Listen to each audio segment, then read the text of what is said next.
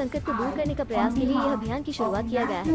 यहाँ कई संस्था जुड़कर ये कैंप लगाकर देशव्यापी अभियान का लक्ष्य पूरा करेंगे और कोविड-19 को लेकर कलाकारों की दिक्कत को सरकारों की ओर से पैकेज की व्यवस्था करना चाहिए। इस कार्यक्रम में उपस्थित अनिमेश देवराय, देवाशीष पालित मौजूद थे।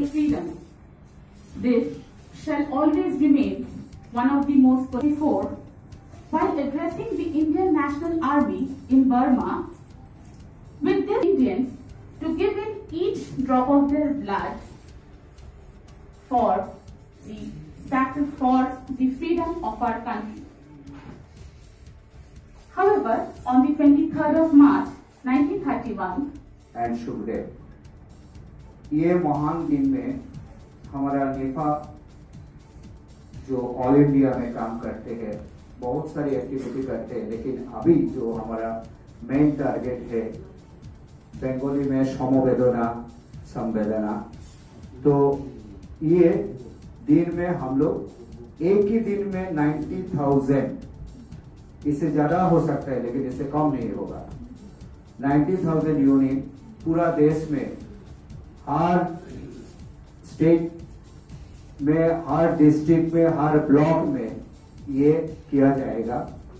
और हम लोग भी डिसाइड कर दिया वेस्ट बंगाल नेपाल से, अभी तक हमारा 50 कैंप कंफर्म हो गया कि पूरा स्टेट में हम लोग एक ही दिन में 50 कैंप करेगा।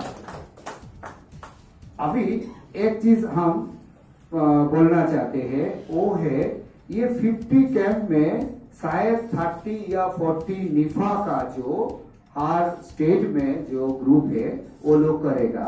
और इससे बाद हम लोग जो डिक्लेयर किया ऑल इंडिया से, वो है any other organisation, any NGO, club, anybody अगर चाहते हैं कि भाई हम लोग भी ये महान काम में हम लोग भी डोनेशन कैंप करना चाहते हैं, ऑलवेज वेलकम।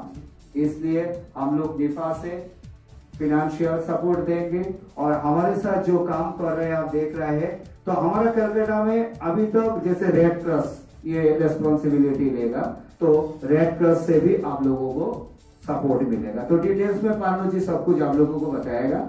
हमारा एक छोटा सा काम आज मैं करना चाहता हूं, वो है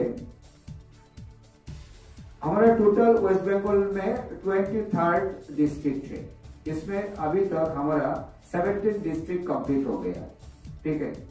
तो ड्यूरिंग लॉकडाउन पीरियड भी हमारा ब्रांच ओपनिंग हुआ ऑनलाइन में, जैसे पश्चिम बर्धमान, झारग्राम, ये जो 2 डिस्ट्रिक्ट ड्यूरिंग लॉकडाउन पीरियड हुआ।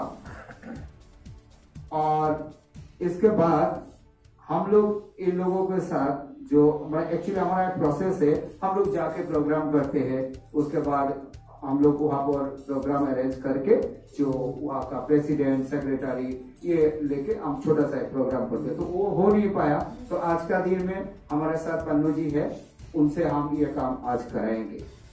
दूसरा, एक युवा आज हमारे साथ आया है कलकत्ता डिस्ट्रिक्ट से, इन्होंने भी कलकत्ता का हम लोग उनको सिलेक्ट किया as a secretary in Calcutta district. Actually ये यहाँ का जो सुप्रदीप कलकत्ता का प्रेसिडेंट उनके साथ काम करेगा, उन्होंने भी आज आया है, उनको भी आज सम्मानित करेगा।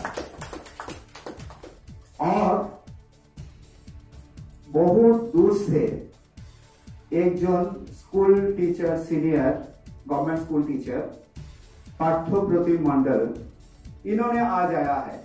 इन्होंने फोन पे मेरे साथ बात करके बोला हम भी ब्लड डोनेशन कैंप करना चाहते हैं। अभी नॉर्मली हमारे पास 150 डोनर है, तुम क्या बोल रहे हैं 60, ठीक है।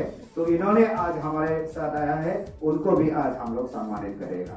तो आज अभी मैं स्टार्ट कर जाता हूँ, ठीक है। दी हुई है शहीद भगत सिंह के भतीजे, शहीद राजगुरु के भतीजे, शहीद सुखदेव के पोते, और इनके साथ 2 नए नाम और जुड़ रहे हैं।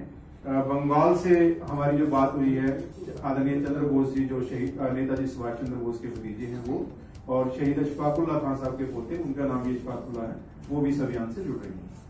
तो जो भी संस्था एक ब्लड डोनेशन कैंप लगाएगी उसको एक नेशनल अवार्ड दिया जाएगा, जिसमें बहुत सुंदर मोमेंटो और साथ में ये तमाम हस्तियों के ओरिजिनल सिग्नेचर के साथ एक एप्रिसिएशन सर्टिफिकेट। तो ये किसी भी संस्था के लिए बहुत बड़े मान सम्मान की बात हो सकती है कि उसको इन तमाम हस्तियों की और शहीदों के परिवार की ओर से एक एप्रिसिएशन सर्टिफिकेट दिया जाएगा जिसपे इनके ओरिजिनल सिग्नेचर होंगे। जो डोनर होंगे आपके कैंपों में, हर एक डोनर को भी एक एप्रिसिएशन सर्टिफिकेट दिया जाएगा। केवल इतना फर्क होगा कि उस पर डिजिटल सिग्नेचर होंगे, संस्था के लिए विद ओरिजिनल सिग्नेचर और जो डोनर है उनके लिए डिजिटल सिग्नेचर। उसके अलावा एक छोटी सी फाइनेंशियल सपोर्ट हम हर कैंप के लिए देंगे। 3000 रुपया हम हेड ऑफिस की तरफ से हर कैंप के लिए दे रहे हैं। तो 1500 कैंप में 45 लाख रुपए इसके लिए अलग से बजट हम प्रोविजन कर रहे हैं।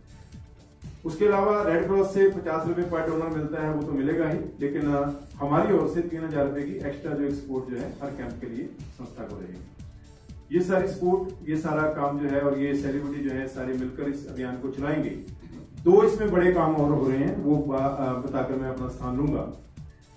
एक ये कि कैलाश खेर जी को हमने निवेदन किया है, वो एक ब्लड डोनेशन को लेकर स्पेशल गीत तैयार कर रहे हैं।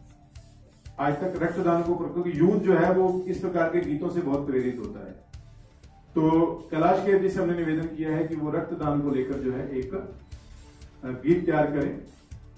वो गीत को कंपोज खुद करें, लिखें खुद और गाएं भी खुद। वो गीत अगले महीने हम लोग बहुत बड़े लेवल पे फरवरी के फर्स्ट वीक में उसको नेशनल लेवल पे रिलीज करेंगे ताकि इस प्रोग्राम के बारे में घर घर तक मैसेज जाए। उसके अलावा जो सबसे बड़ी पहल होने जा रही है, जो सबसे बड़ा आउटकम होगा इस पूरे कैंपेन का, वो ये होगा मित्रों, आज की डेट में अगर आपका कोई भी रिश्तेदार, कोई सज्जन, कोई मित्र, कोई दोस्त या कोई जानने वाला या किसी के रेफरेंस से आपको पता चले कि कोई व्यक्ति किसी हॉस्पिटल में है, सीरियस है और उसको ब्लड चाहिए, आप लोग क्या करते हैं? आप उसका ब्लड ग्रुप और मरीज का नाम और उसके जो साथ में अटेंडेंट है उसका कॉन्टेक्ट नंबर आप शेयर करते हैं अपने ग्रुपों में, अपने दोस्तों में, फेसबुक पर डालते हैं और कोशिश करते हैं कि उस ब्लड ग्रुप का इंतजाम हो जाए। कई बार हो जाता है, कई बार नहीं भी हो पाता और ना होने की वजह से उस मरीज की जान भी चली जाती है।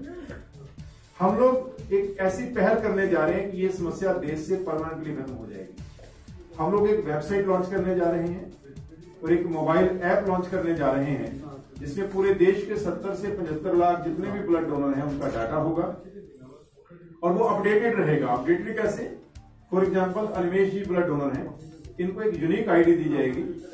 जब भी ये ब्लड डोनेट करेंगे, जितनी बार भी करेंगे, हर बार ये अपनी इस यूनिक आईडी से खुद ही लॉग इन करेंगे, अपना नया वाला सर्टिफिकेट अपलोड करेंगे, तो हमारी इस वेबसाइट पर इनका डाटा अपडेट हो जाएगा कि इन्होंने लास्ट टाइम कब ब्लड डोनेट किया है।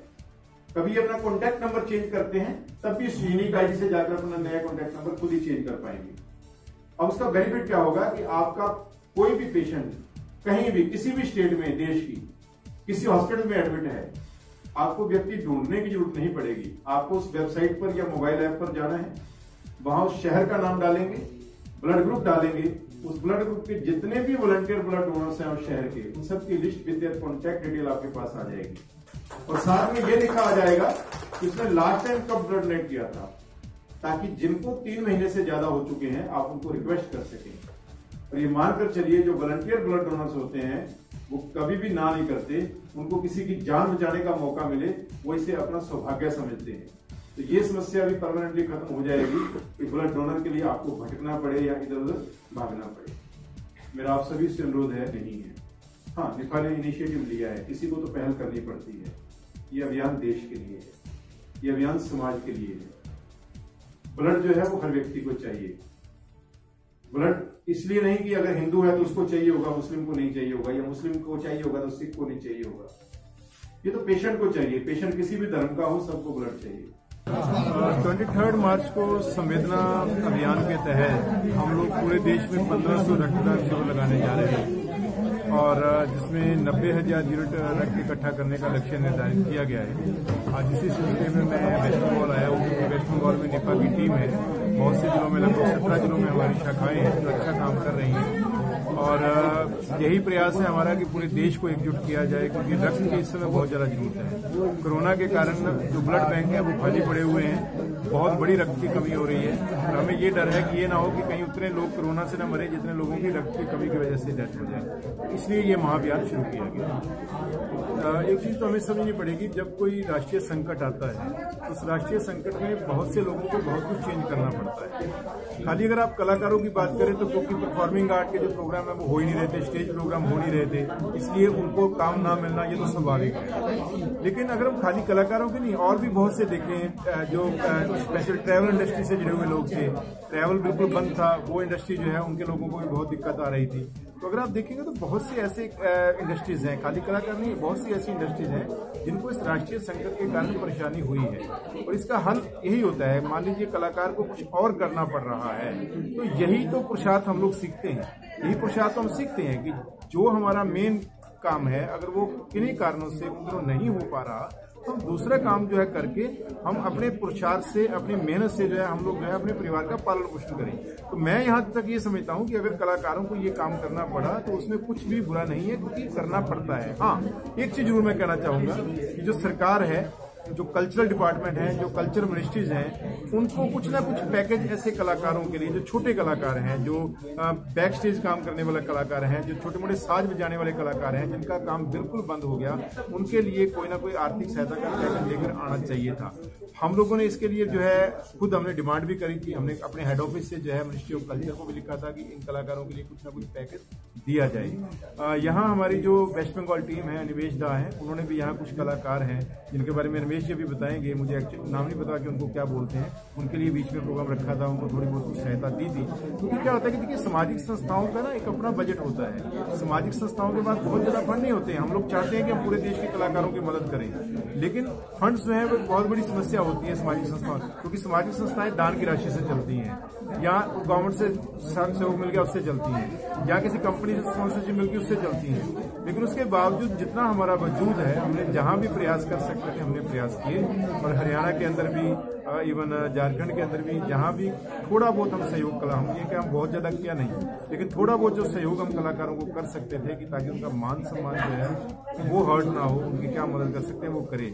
लेकिन मुझे लगता है कि गवर्नमेंट को, स्टेट गवर्नमेंट्स को भी और सेंट्रल गवर्नमेंट को भी इसमें पहल करनी चाहिए। और आज भी ये जरूरत है, आज भी कलाकारों का काम नहीं चल रहा है, ऐसा नहीं है। लॉकडाउन क्या खत्म हो गया, कोरोना का डर अब लोगों से धीरे धीरे भाग रहा है, लेकिन आज भी बड़े प्रोग्राम नहीं हो रहे, रिस्ट्रिक्शंस हैं। वो कलाकार आज भी दिक्कत में है। जो बात आपने कही, कोई मछली बेच रहा है, कोई कुछ और कर रहा है, तो ऐसे कलाकारों के सहयोग के लिए पैकेज जो है मैं समझता हूँ और मैं डिमांड भी करता हूँ कि पैकेज लेकर आना चाहिए।